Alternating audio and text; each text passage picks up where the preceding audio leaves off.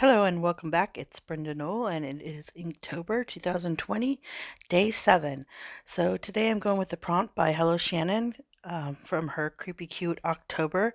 It's day 7 and the prompt is witch. So I thought about doing a little drawing of a little girl in a witch costume. So I was kind of researching that out, and then I thought I didn't really have a whole lot of time. And I thought, you know what? This is easy. I'll just do a self-portrait, right? And so that's what I did. And so it's Creepy Cute October, and the prompt for day 7 is witch, and this is my witch. And I didn't have time to color her in this morning because I got a lot going on today, so I'll do that later on this afternoon.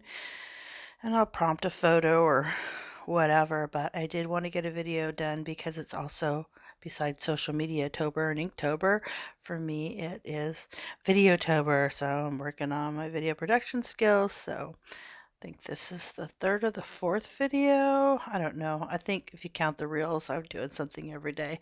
Anyway, thanks a lot for watching. Please like, subscribe, follow, etc., etc., etc. Cost you nothing, means a lot on the internet. Hey, thanks. See you tomorrow.